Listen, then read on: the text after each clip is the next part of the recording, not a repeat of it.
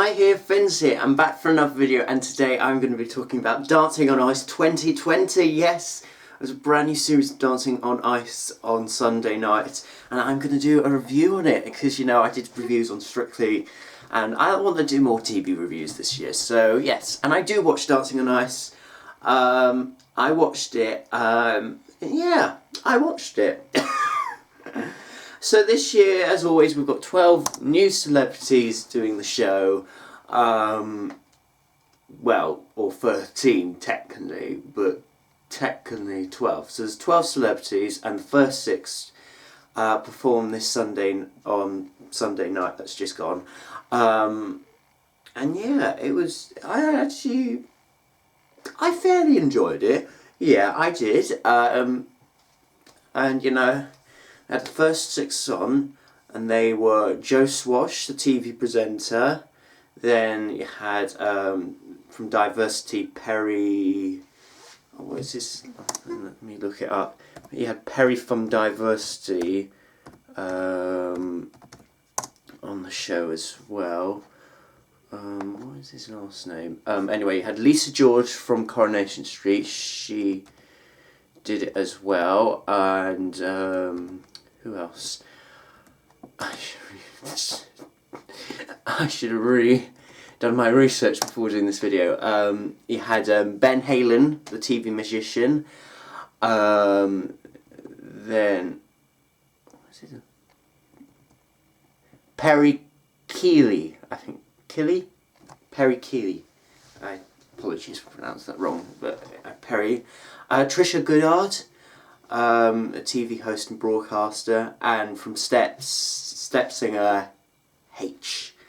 So yes, it was actually a fairly good week. I don't think it was relatively. Most of the couples got really, I would say, good, decent scores. I think. Yeah. It wasn't like the start of week 1 last year. It was a pretty good start to the show. You can all see they actually worked hard, training, and they really all delivered, really.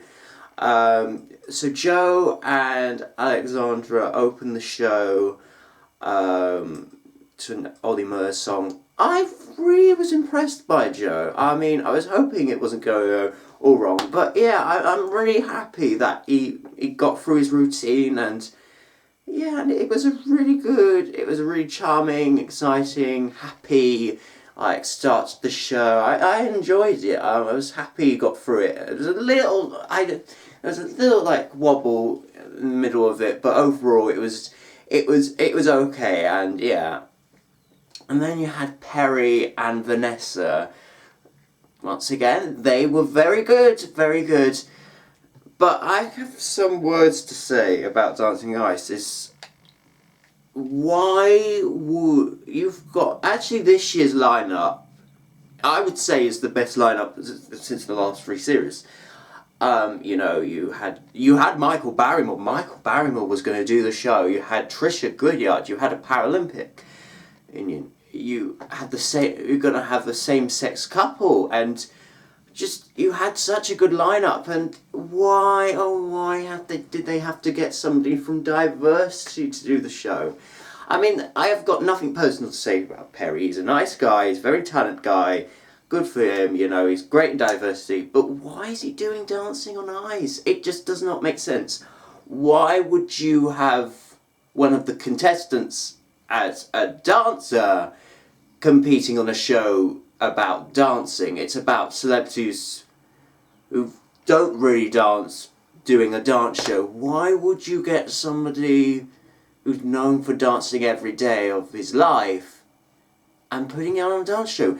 And also, like, why, if you're going to have somebody from Diversity as a contestant, then why do you have somebody from Diversity on the judging panel? Ashley Banjo, it just does not make sense to me. Like it's like, who should be contestants and who should be judges? Like, why should we have like choreographers and dancers on the judging lineup if it's supposed to be a skating show? Like, it's so confusing. It doesn't make any sense to me. I mean, at the end of the day, I do think Perry will win. I mean, he's just give him the trophy already, really. Because he knows what to do. He was very good on Sunday night. I give him that. He did deserve those points. But at the end of the day, he knows what to do. He's a dancer. And I don't know. I don't like it like there's somebody from diversity on the judging panel and there's somebody from diversity taking part. I don't know. I just feel that there could be some bias towards that. I mean, yeah, I Strictly had Motzi and Oti. Like, Motzi was judging, Oti was taking part, but Motzi was judging the celebrity partner, not the professional. Oh, if Ashley, he's judging somebody he knows, so at least he was quite had a few critiques through that, which I was happy he wasn't all positive. There was some negative, which is good. But yeah, I mean, it deserved to be top the leaderboard, but at the end of the day, I would like to see somebody win that hasn't had any like past dance experience, if you know what I mean. Like, it's like last year with James Jordan. Why does Dancing on Ice do this? You know, same with James Jordan. Yes, he was a great dancer, but he was a great dancer before. Like, he was on Strictly. He knew how to work in a partnership, and it does let me down. I don't like, I just kind of wish, like, the whole lineup wouldn't contain anybody that has dance experience, because it kind of, I say ruins the show, but anyway, I've been talking too long about this. Let's talk about the other couples. Lisa George and Tom. Oh, actually, I was really impressed. They were my biggest grower. I didn't know how good Lisa was, because I know she was, let's say, the more mature, one of the more older, without sounding rude, contestants. So I just didn't know.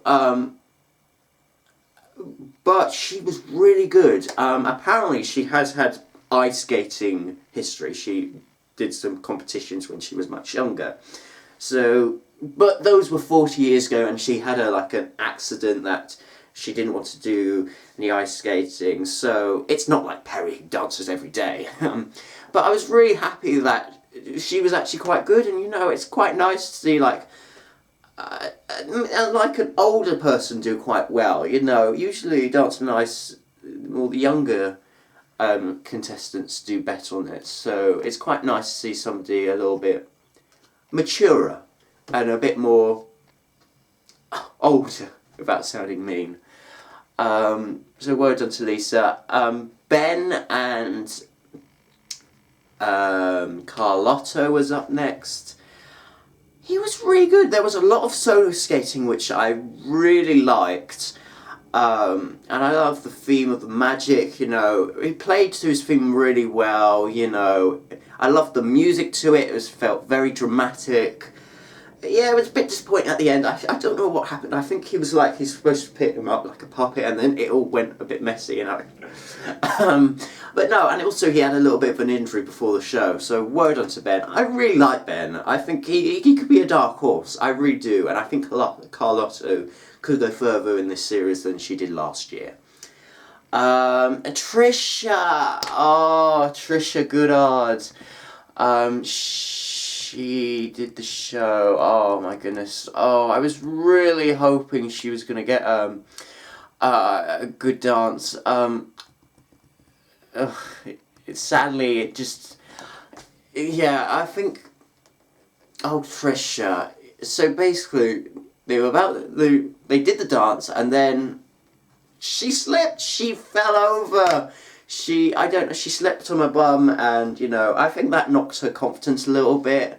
But the good thing is she did get up. She did continue. She got through it, which I was really happy about Trisha, but she did get the lowest marks than any other couple in the competition that week, which is sad. I do think there wasn't a lot of moving. It was there was not a lot of dancing. It was more like holding on to him.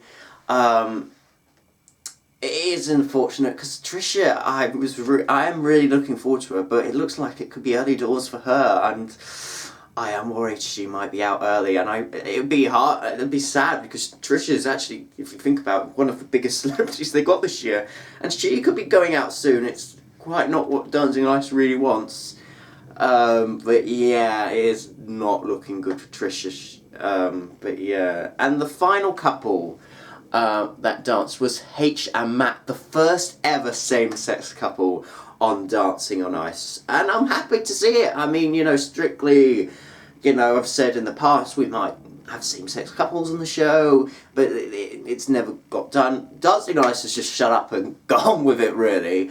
And, you know, well done to them, you know. If they want to do it, then fine by me, you know. It was really nice to see, you know. It never was a problem to me, and I don't know why people have problems of having two guys dance to each other, like, but anyway, it was going away from that whole same-sex couples story, you know. If I just looked at the dance and not even think about, like, this was the first same-sex couple, it was still a really good dance. It had good technique, it had good skill, you know. H, like, I don't know, like, how, like, Matt lift him up as well. I was always really concerned how the lifts were going to work, but they worked beautifully. They were really, really good. And also, if you forget, H has actually got a lot of dance experience, being in steps, you know, so that's going to help him as well. Yeah, I expect good things from him. And yeah, it was really good. A really good first dance. So yes. And you know what? And also, Strictly will have their first same-sex couple. I think they're not going to ignore this. There's going to have a lot of pressure on Strictly having their first same-sex couple on the show. I think, yeah, the next series will. I think there'll be two. There'll be a boy and a girl couple next year. I mark my words that I will. I think Strictly will have a same-sex couple next year, and also they have had like group numbers where they have same-sex couples in the group dance on Strictly. So technically, Strictly was the first not Dancing on Ice, but anyway. But yeah, Trisha Goddard was is gonna be in the dance-off next week. Oh, I do think she could be the first to go. I am worried for Trisha. She needs somebody bad. I don't know. Next week though, I don't know. She's probably hoping for somebody like Caprice or Kevin, but it is looking like she could be the favourite to be out first. Next week, I'm really looking forward to seeing Moira from Love Island. She was one of my favourites from Love Island last year, so I'm really looking forward to see her. Potato! So yeah, I'm really looking forward to her, and I hope she does really well next week. I'm really looking forward to the Paralympian Libby Clegg doing it, the first ever Paralympian to do the show. It'll be interesting. Well, I was going to say interesting to see, but I don't think that's the right term. Interesting to witness how that's going to go. And yeah, and Ragsy, the new celebrity replacing Michael Barrymore. Michael Barrymore was going to do the show.